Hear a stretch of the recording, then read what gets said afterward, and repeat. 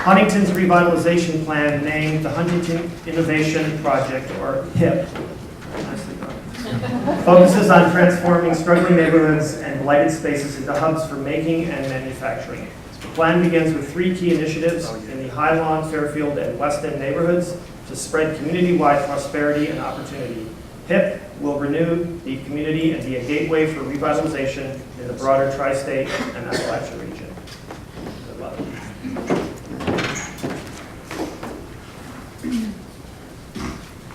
Good morning. Make no little plans. They have no magic to stir men's blood. These words were spoken by the renowned architect Daniel Durham, and now they're the mantra of Huntington, West Virginia. Huntington makes no little plans. Huntington was the subject of the movie We Are Marshall, which depicted our community's darkest hour. A plane crash that killed 75 people, and it brought our city to its knees. I was a member of the young Thundering Herd football team that was rebuilt after the crash and portrayed in the movie. A program that ultimately gave our community a reason to believe that we would rise from the ashes of our grief and devastation, to not only play again, but to win national championships. 46 years later, now I'm the mayor of Huntington. And I'm leading a team, building a program with the purpose to lift our community up from the despair and devastation that has plagued our city and our region. Devastation caused by economic upheavals and the massive loss of jobs in the old manufacturing and coal sectors, which resulted in Huntington losing much of our population and the decline of our neighborhoods as they fell into blight and social distress. Huntington is nestled along the Ohio River and sustained by the presence of Marshall University, located in the heart of town, which is steadily developing into a research institution and a mecca of STEM education. In turn, because of Marshall School of Medicine, the School of Pharmacy, and our 3 strong hospitals, our city has become a regional medical center for southern West Virginia, southeastern Ohio, and eastern Kentucky. 3.5 years ago, we initiated a series of 4 strategic revitalization projects to transform our most drastically affected neighborhoods and build upon the strength of the presence of Marshall. We've engaged a robust collaboration of citizens, neighborhoods, and institutions from the civic, public, private, nonprofit, and academic sectors. These 4 projects collectively make up the Huntington Innovation Project, the HIP Revitalization. This is a bold, ambitious plan, and I'd like to share with each of you a few moments the details of our plan. The first HIP component is the redevelopment of 75 acres of long-dead factories and brownfields on the Ohio River in our Highline area. The city literally grew up around the industrial area here over a 150-year period. Next to it, at the west, is Marshall University, literally bulging at its seams. And to the east is the declining bedroom neighborhood that is also home to St. Mary's Hospital, one of our 3 medical centers in our city. Huntington has created a vision for the redevelopment of these riverfront brownfields, and we are underway acquiring key properties. We plan to renew this riverfront for mixed-use development of light industrial R&D, advanced manufacturing, and commercial enterprises, utilizing the proximity to Marshall and the research capability of its STEM graduates. We've partnered with the U.S. Environmental Protection Agency with $600,000 in Grandfield grants, and a locally owned polymer technology manufacturer adjacent to the riverfront brownfields named Rubber Light has launched a partnership among the city, Marshall University, the state of West Virginia, and Rubber Light to create the Polymer Technology Center of Huntington, or Polytech, to incubate new technologies and put people to work at all skill levels. The Benedum Foundation has awarded funding to plan Polytech, and Huntington is engaged with the Appalachian Regional Commission, the U.S. Department of Commerce, to move forward on Polytech. The second Huntington HIP initiative is located in a historically African-American neighborhood that has been ravaged by decline in property values and social distress. The Fairfield neighborhood is located directly adjacent to the second medical center in our city, Campbell Huntington Hospital, where the Marshall School of Medicine is also located. In this part of town, the Huntington Housing Authority is moving to demolish blighted and unsafe 1930s era housing projects and replace them with a mix of modern housing units and a mixed-use village with a much-needed grocery and commercial space to serve the needs of the neighborhood and the community. The new mixed-use center will renew the Fairfield neighborhood as a health innovation corridor with a cluster of research, health, wellness, and medical center facilities. And Huntington will work with the U.S. Department of Housing and Urban Development to seek a HUD Choice Neighborhoods designation, which will propel our vision of transforming this neighborhood and restoring its livability and preventing gentrification. Third, at the west end of town, in a former clothing factory shuttered for over 20 years, a group of millennial social entrepreneurs created the not-for-profit Coalfield Development Corporation to transform our city and the region. They're creating jobs for out-of-work coal miners and opportunity youth, providing them skills, associate degrees, and professional certifications that will enable them to compete in a changing energy economy. And they're transforming the old clothing factory into a new hub of hope called the West Edge Factory. And they're working with the Appalachian Regional Commission, U.S. Economic Development Administration, U.S. EPA, Philanthropy, and others to launch a solar roofing training and deployment center. The largest solar roof in West Virginia is scheduled for installation this summer, and one twice as big as that is slated for the coming year. Lastly, we will connect these hubs of economic revitalization with high-speed broadband through Huntington's Gigabit City initiative. When Huntington was chosen by the West Virginia Broadband Development Council as the lead pilot in our state, Huntington put our broadband plan into action. Our Gigabit City study shows that Huntington is primed for high-speed deployment and that the initiative is feasible.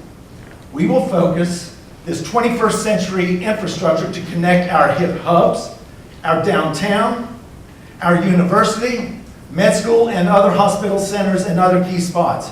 We're preparing now to issue requests for proposal from private sector parties for deployment.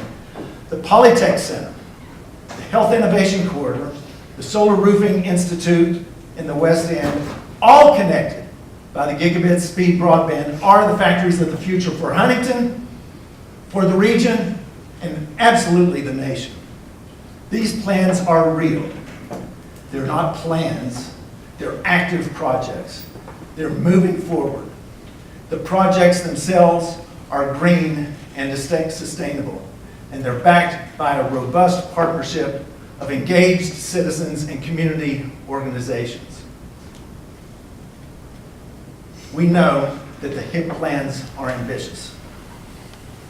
And I've been counseled by many that it would be much easier to focus on just one project for this competition. But make no mistake about it, the city and the surrounding region will only be transformed if all four projects are successfully developed. Frankly, I was willing to walk away from the competition rather than compromise our vision. I'm competitive. And I play win. And don't we all?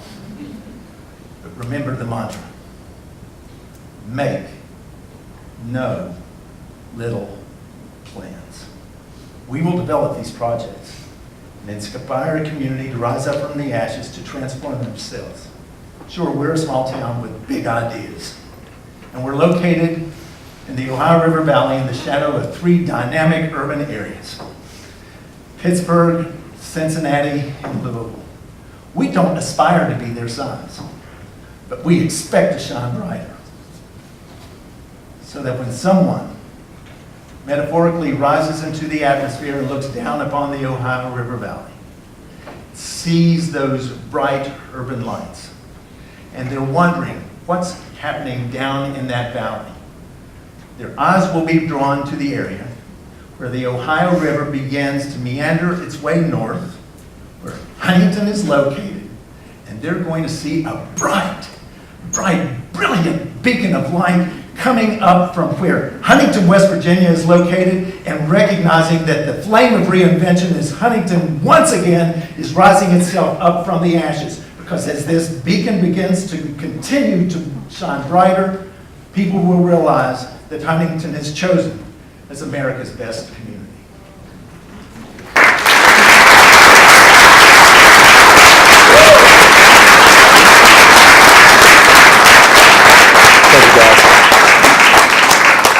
Hot up here. He just raised the temperature of the room. And the lights have nothing to do with it, and neither does the pressure. Yes, Very good, by the way. I love your passion. I'm a passionate guy, so I appreciate it. Yes, sir. Talk to us a little more about Marshall's engagement, and more specifically, how does Marshall engage now with the downtown, with the community, outside their campus walls? What's that attitude like? Because that's a very powerful force. It's Marshall is the heartbeat of our community, and every aspect of what we're doing, particularly the Fairfield Brownfields, the Fairfield Health Innovation Corridor. Marshall's Med School is connected right next to that. The Highland Brownfields is right next to that. Marshall is they are opening up right next to it. The partnership that we have with Marshall is just interconnected. It is a clear town and gown operation. They are an active partner in different ways in each of the projects, and particularly the Gigabit City, because they just built a fiber ring to take care of downtown where they have locations, as well as the hospital and the med school to be able to take advantage of that. And that was one reason why we thought, let's build upon what the fiber ring that they have developed. Marshall just spent $40 million in our downtown area, taking a 6-story vacant department store that's been vacant for 20 years and moved their College of Visual Arts downtown. We now have over 300 students in our downtown area. Our downtown is so dynamic now. Imagine 300 eclectic students in downtown. It has just changed the energy of our area. Everything that we are doing absolutely connects Marshall, and with only 5 minutes, I don't have time to go into all of it. Michelle. Talk to us about next steps and metrics over the next year. The beauty of it is that we already have 3.5 years moved in. Frankly, we were thrilled when we saw that we had 11 months to be able to show something, because everything was pointing towards that. In each of the projects, we are in the midst, because of the $600,000 grants that we got from the EPA for the Highland Brownfields area, we have to have a series of community charrettes. We are also expected to report with a plan to be in place for the design of the property. It's 75 acres of flat concrete and asphalt right in the middle of downtown Huntington. It's the largest flat development in the whole state of West Virginia. So with the Highland Brownfield, by the partnership with EPA, at the Fairfield project, we're also working with HUD. I was just in 3 meetings last week with HUD about what's the name of the Choice Neighborhood Grant that we're pursuing there. And we were party to the first of its kind Making a Visible Difference Community Summit that the Obama administration, the first of its kind summit in the nation in Huntington. The EPA, the Corps of Engineers, HUD, Economic Development Administration, Department of Transportation, and on, came into Huntington, and all of these federal agencies, if you can imagine, they came in not to tell us what to do, saying, how can we help you on these projects, on every one of these projects, and to be able to get the force of the federal government and partnerships getting out of their silos to come in and work with us, we think that we jumped ahead about 10 years. Mike. As a public servant, that's probably a question you can appreciate.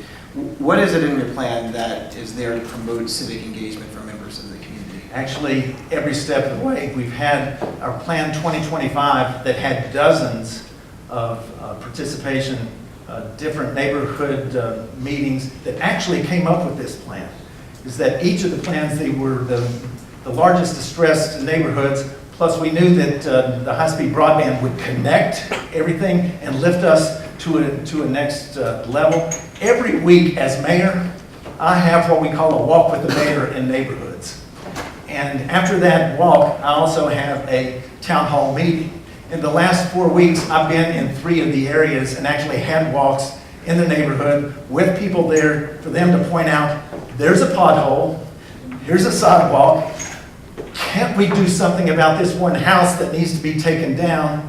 And for God's sakes, help us make our neighborhood safe. We're in a constant position of communication with our citizens, and one thing that we've come to understand is that collaboration leads to partnership. Partnership leads then to success. Thank you.